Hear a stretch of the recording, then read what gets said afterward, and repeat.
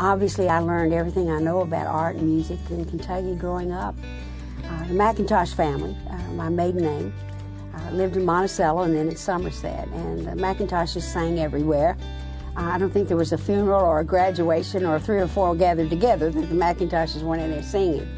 My father was in a quartet, and my sister had the great talent of being able to play the piano and sing alto, which I admired greatly.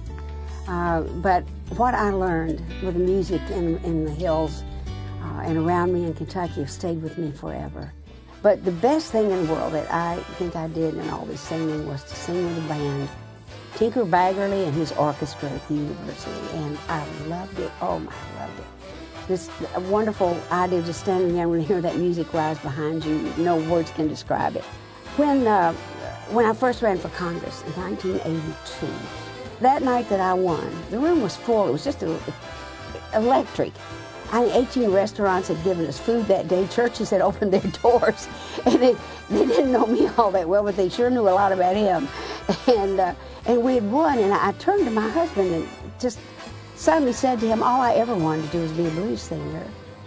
And, I was just elected to Congress, so you can tell I've always had my priorities straight.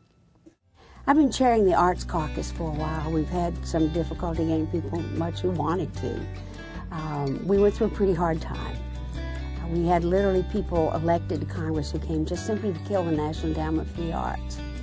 And I want to tell you that as far as I'm concerned, art doesn't have to apologize to anybody.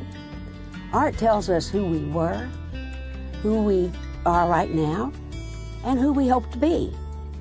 And that is a great gift that we get, the gift of beauty, the gift of enlightenment, the gift of hope, the gift to be able to salve your broken heart, or whatever you are requiring.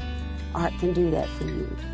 We've also found, in addition to that, and as a member of Congress, I value this, how much smarter it makes you. Did you know that if you have 4 years of art in high school, that your verbal scores on the SATs go up 57 points? And that there is such a correlation between studying keyboard and computers.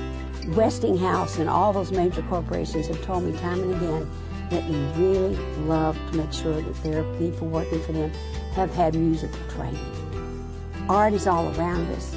Art is beautiful in those rolling hills of Kentucky and those white fences with those incredible thoroughbreds standing behind them, and the lovely villages and towns that are there and stood there through the ages and generations.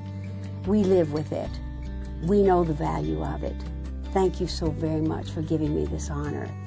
I appreciate it from the bottom of my Kentucky heart. Thank you.